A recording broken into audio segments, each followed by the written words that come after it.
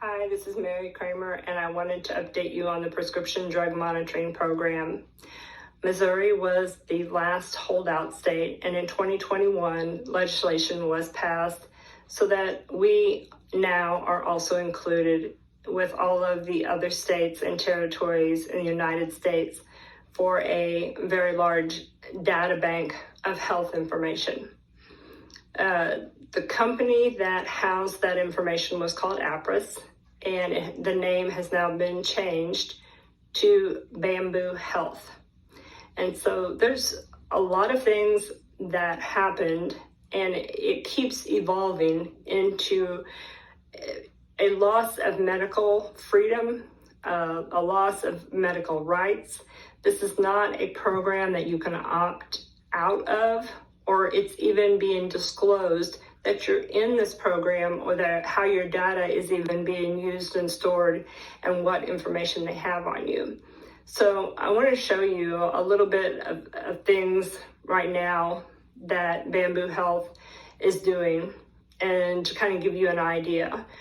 But there was some information about what was happening in 2021 that caused this big push that they wanted and needed in Missouri in this PDMP program. And it's not what most people knew about. Okay, this is the Bamboo Health website. Up at the top it says, "Welcome to Bamboo Health, formerly Apris Health and Patient Ping." And notice here under the tab, who we help: state governments, hospitals and health systems, health plans, physicians. It doesn't say anything on here about helping patients, and that's the truth. They don't help patients. Here under solutions, there's lots of different words that seem to be just put there, but if you actually click on there, there's actually links that will explain about how this all connects to data. NARCS Care is actually almost like a credit rating, and actually can prevent patients from getting access to prescriptions, and they don't even know that they're being scored, and this is happening. So it's rather it's just an awful system. PINGS is notifications, and now look, we've got a prescription drug monitoring program that's reaching over into the behavioral health care. Lots of different things here that need to look at. Over on news and resources, if you go here to the news and press releases, there's lots of information. And if you notice the dates, they're coming out about every week. There's lots of things to open up and read. One thing to notice here is Commonwealth is going to do an interview with Rob Cohen, who is the CEO of Bamboo Health, and I'll play that for you. And he kind of talks about the direction of how healthcare, which I don't really call it care anymore, it's health control, is going into the future. So I'm going to show you some other videos, and you can check this out. The next few clips are from a Bamboo Health webinar regarding rules and regulations for CMS, Centers for Medicare and Medicaid Services. And since most hospitals take Medicare and Medicaid, they do not want to lose their funding. So they're going to jump through whatever bureaucratic hoops are in front of them so that they can keep getting the funding that they need. And this is another thing important, is that they're really not telling people about what's going on. Okay, so they're making decisions and they're not letting the public know what government is doing. And once again, it's a bureaucratic decision. And this is one thing that they needed, was Missouri to be involved in the PDMP, because they're pulling the data from the company that has the PDMP data. So they needed Missouri in that system, but they didn't tell people that. So watch this. On the e-notifications rule. So in March of 2020, two major healthcare IT rules were finalized: the ONC CARES Act final rule and the CMS interoperability and patient access final rule. And while both of these rules contained many final provisions of note, we of course today are going to be focusing on the new hospital condition of participation, which was contained within the CMS interoperability and patient access rule. So this COP joins a number of existing conditions of participation for hospitals participating in Medicare and was added with the overarching goal of improving information sharing. Through this COP, CMS has recognized that patients receive care in many siloed settings and that hospital-related care transitions are really critical moments in which communication and coordination across settings is of paramount importance. And while recognizing that there are existing systems in place for information sharing today through things like real-time notifications, such as admit discharge transfer notifications, CMS really wants, through this new COP, to eliminate any barriers for sharing information, with the ultimate hope and understanding being to improve access to care coordination information, which, as I'm sure we all can appreciate, really is essential to driving improved patient outcomes, and on the CMS side, really looking into cost savings in their value-based programs. Now for a little bit more about the condition of participation itself. So this new COP, or condition of participation, went into effect for hospitals on May 7th, 2021, so this past May, and it requires hospitals to make, as CMS calls it, a reasonable effort to send real-time notifications at the point of inpatient and observation events, as well as at the point of ED events, so looking at observations, admissions, discharges, and transfers. And these notifications are required to go to the patient's established primary care physician, any established primary care entities, as well as patient-identified practitioners or entities, and then finally to any applicable post-acute providers, both patient-identified or currently involved in that patient's care. And then these messages are all required to contain, at minimum, the patient's name, the treating practitioner's name, and the sending institution's name. Although, of course, in many instances, they end up containing more information than that to promote more care coordination. Next slide. And with the rule now having come into effect and the condition of participation now being something that hospitals must actually comply with, CMS, shortly after the rule went into effect, so on May 7th of this year, also published its interpretive guidance for this e-notification COP. And this really is meant to give a little bit of additional clarity on some questions that might have come up in the wording of the rule itself, as well as just provide any additional suggestions for how providers and hospitals may consider this rule.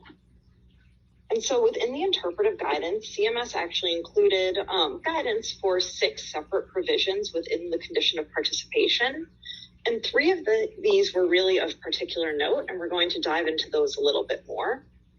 So the 3 main takeaways from the interpretive guidance are takeaways around consent language, reasonable effort, and ACO attribution lists.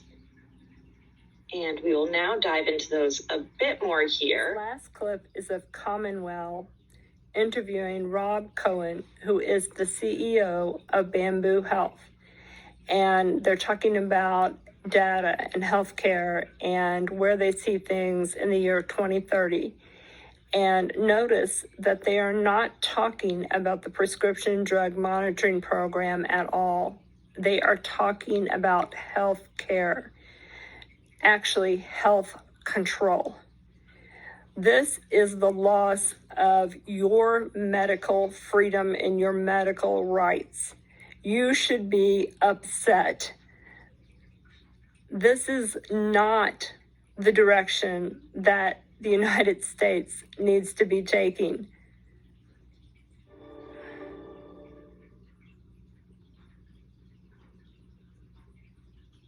It's Commonwealth TV 2022 right here from our Orlando studios, and we're introducing you to some of our Commonwealth Health Alliance members.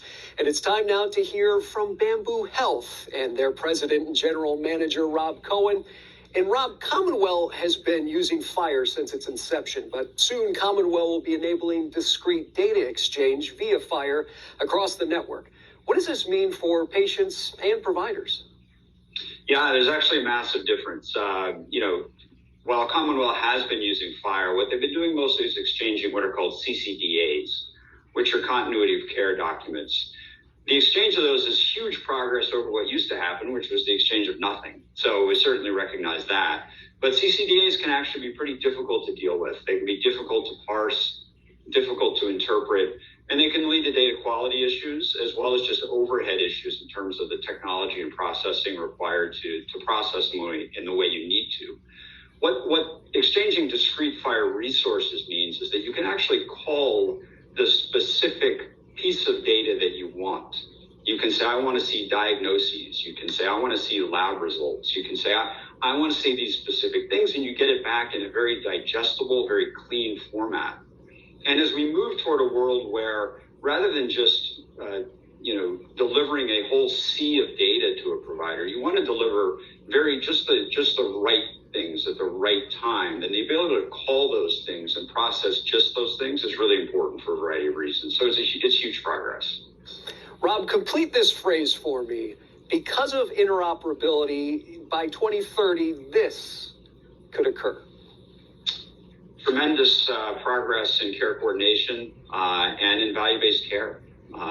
As we think about what's required for care coordination, it starts with data, right? Everything from analytics all the way up to then intervening with high-risk patients to allowing care teams to understand what other care teams are doing and allowing providers to see a full picture of the patient. It obviously all starts with data sharing and interoperability. I think what's important is that beyond that, then you can talk about intelligent interoperability. And when I talk about that, what I mean by that is what I said before is not just delivering a whole sea of data to the provider, but delivering very tailored and very actionable insights. Providers are busy when they're in front of a patient. There's a lot going on. The office visits are oftentimes pretty short. And providers often have what they call alert fatigue. They're getting way too many alerts about way too many things. And so you just want to make sure that what you're delivering is really relevant, really important, and really actionable. Like, okay, here's a discrete insight. Now I understand what I'm supposed to do with that insight. And interoperability and intelligent interoperability allows us to take those discrete FHIR resources or other formats and process them and tailor them to that provider and that patient and that time such that it really improves both care coordination and ultimately value-based care outcomes, which is what we all want, because the greater the outcomes in value-based care and the greater the ability to perform in value-based care, we'll see it grow, and we'll see that continued transformation of the health system world and from reactive care to proactive care. Rob, it's no secret that care is uncoordinated in the industry. So in your opinion, what needs to happen to increase collaboration across the continuum of care? Yeah, it's really the processing of data, as I mentioned, to enable what I said, intelligent interoperability. And so to expand upon that, if you think about what that means and what the right patient, the right provider at the right time means is, who is the patient that's in front of the provider right now about whom I can deliver an insight into the point of care? It needs to go into the workflow of the provider, into the EHR, such that they're not taken out of their workflow because that just won't work for them. And then it needs to consider beyond that who this provider is. So for example, if this is a primary care physician and has a patient in front of them, they may want to get an insight about a gap in care. This patient needs an immunization that they're behind on. This patient needs a particular diagnostic that they're behind on. And those are things that primary care might want to deal with and might want to know about. On the other hand, if the patient is seeing a pain specialist, then that pain specialist may want a prescription history and some insights about prescriptions. They may want to understand past surgeries. They may want to understand behavioral health issues because those are important. So it's about the right patient, the right provider, the right time, in real time, and right in the workflow, as I mentioned. And so those are all the keys to really enabling care collaboration, care coordination, and which is the key to value-based care. He's Rob Cohen of Bamboo Health, one of our proud members of our Commonwealth Health Alliance. And for more on their organization, as well as how your organization can become a part of Commonwealth, we invite you to log on to commonwealthalliance.org. This is all about the data. This is about the government and data collected on us being used to treat or maybe treat us in the future. Do you want the government to be your doctor? The sanctity of the doctor-patient relationship is being destroyed. So we need to contact our elected officials and let them know that the bureaucratic takeover of the healthcare system is not something that will benefit anyone. They're breaking the system on purpose.